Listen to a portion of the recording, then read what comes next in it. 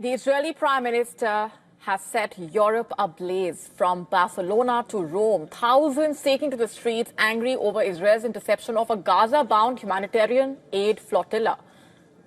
Traffic was blocked, shops and restaurants vandalized as pro-Palestinian protesters raised their voices demanding justice for the Palestinians in Gaza.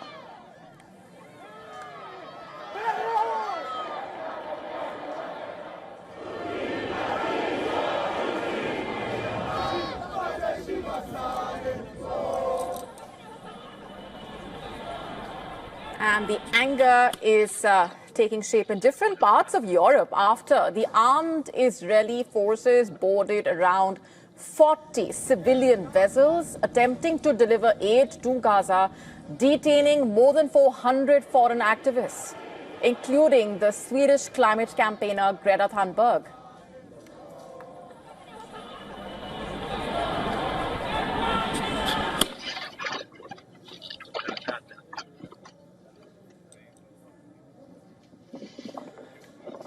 According to reports, the final vessel of the Global Flotilla was intercepted at 10:29 a.m. local time.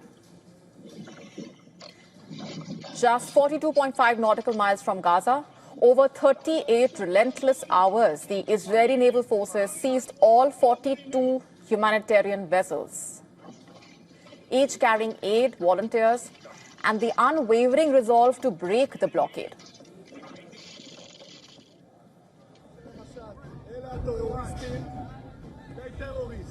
A video circulating online showing Israeli National Security Minister addressing the detained participants of the flotilla, which includes journalists held in Israeli facilities in the Nakab region. In the footage, he seems to refer to the detainees as terrorist prisoners, citing their attempt to deliver humanitarian aid, including baby formula, to Gaza.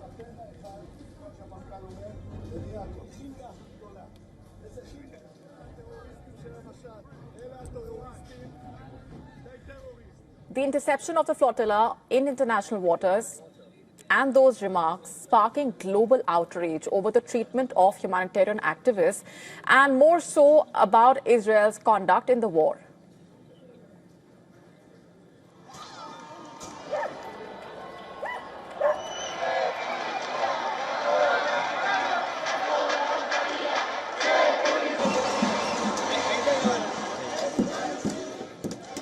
In Barcelona, protesters smashed windows, spray-painted anti-Israel slogans on stores and restaurants. They accused some businesses of complicity in Israel's blockade.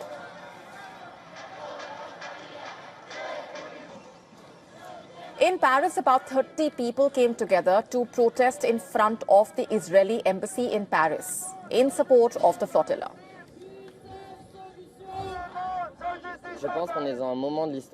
I came to demonstrate in front of the Israeli embassy to show our support for the people of Gaza and to demonstrate that the French people denounce the genocide currently being committed in Gaza by the Israeli army.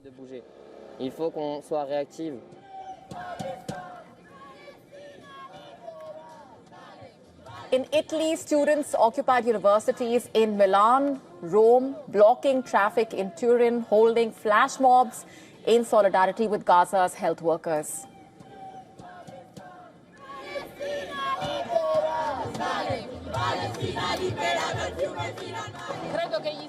I believe that states must recognize the state of Palestine, as well as all those territories that today suffer violence, aggression, and wars. And I believe we have a duty to make everyone recognize the chance for a way of life that allows people to look towards the future. Italian unions have also called for a general strike with more than 100 rallies across the country. The Italian defense minister has criticized these protests as disruptive tactics, questioning whether blocking roads and destroying property could truly help the Palestinians.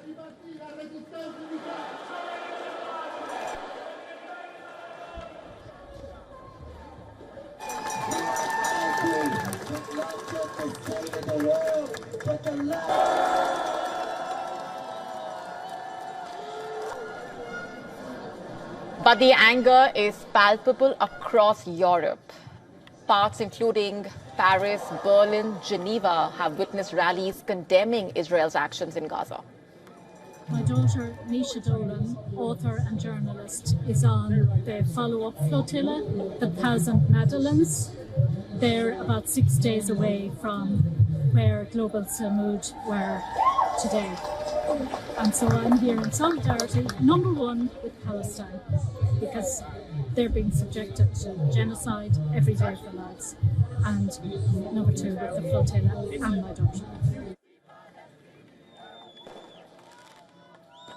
In Greece, protesters clashed with the riot police outside the Israeli embassy, chanting for Palestinian freedom.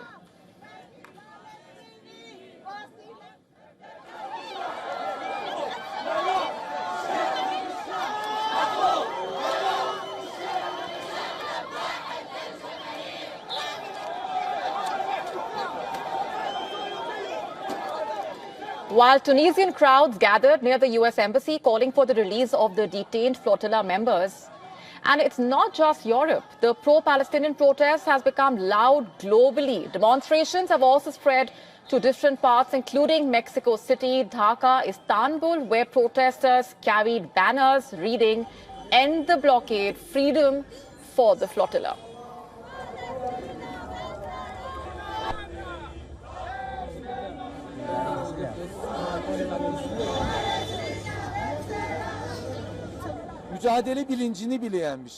Turkey, Jordan, Egypt, many states in the Middle East, I don't know, the states here and there in the West, are indifferent to war in Gaza. People are constantly accelerating and escalating this process. We are, in fact, part of that flotilla. That's how the people here see themselves clearly and openly.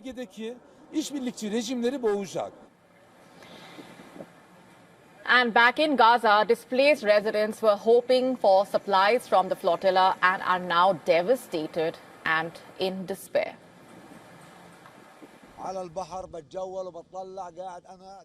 As soon as we heard that the Freedom Flotilla had set sail, I rushed here, and since then I have been waiting for them every day on the beach. Most of the people here are like me, waiting to welcome them. Unfortunately, we learned that some of the ships were intercepted by the Israeli Navy, their communications and internet cut off, totally isolated.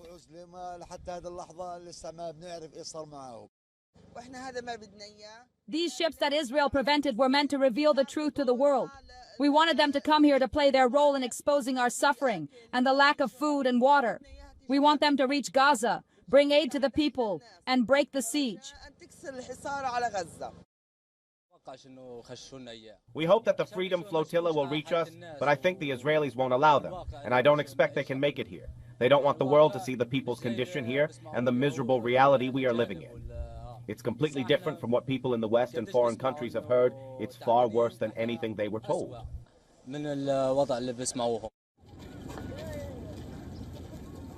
Residents in Gaza are seeing their hope of receiving aid fading.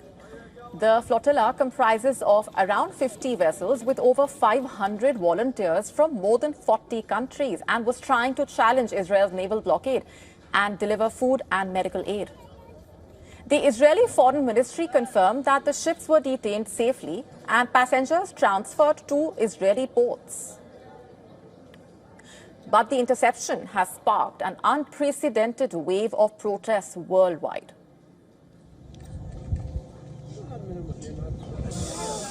Since the war broke out in Gaza in 2023, the Israeli offensive has killed more than 66,000 Palestinians. Israel, of course, began that offensive after Hamas attacked Israel on October 7, 2023, in which some 1,200 people were killed and 251 taken as hostages back to Gaza.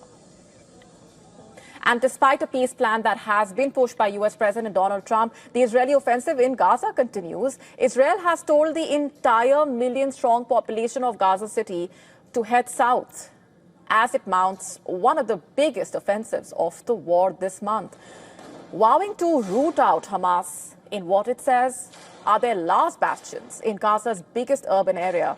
Meanwhile, only 14 of Gaza's 36 hospitals remained partly functional, There is a vast shortage of medical supplies. Israel saying there is no quantitative limit on aid entering Gaza and accuses Hamas, which it has been at war with for nearly 2 years now, of stealing aid. Accusations that the Palestinian group denies. The world is watching these developments. At this point, it's a combination of grief, anger, and for the displaced, the injured, and those waiting for aid. It's a long wait.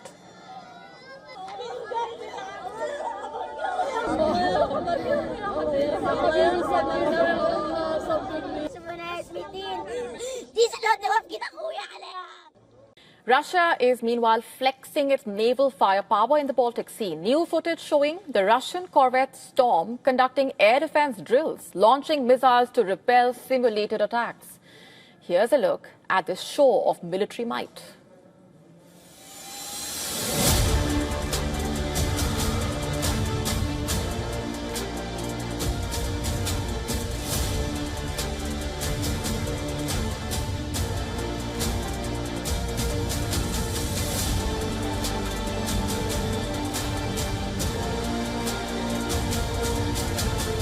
Middle age does not have the best reputation.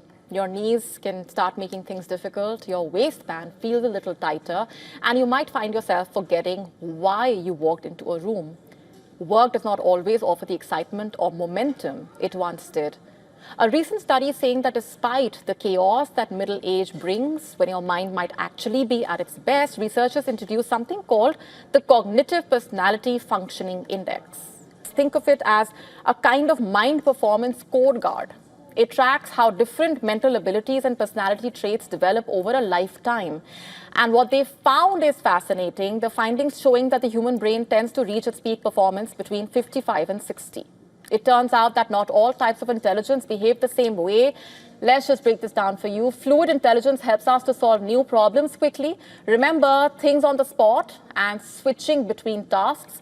It usually peaks in 20s and then slowly fades. Crystallized intelligence, on the other hand, is built from one learning and experience. It keeps growing for years. So by late 50s, what might not think as fast, but may likely make smarter and wiser decisions. And it's not just about intelligence. Personality plays a big role as well. Traits like emotional stability tend to get stronger with age. Other traits like moral reasoning and decision-making also improve. And when it comes to managing money, financial literacy peaks in the late 60s. Of course, all is not uphill, as some abilities do decline. Cognitive flexibility, like switching between tasks or ideas, can slow down. Cognitive empathy or reading other people's thoughts and feelings tends to fade a bit. When researchers added everything up, the result was clear. The strengths gained in middle age more than make up for what is actually lost.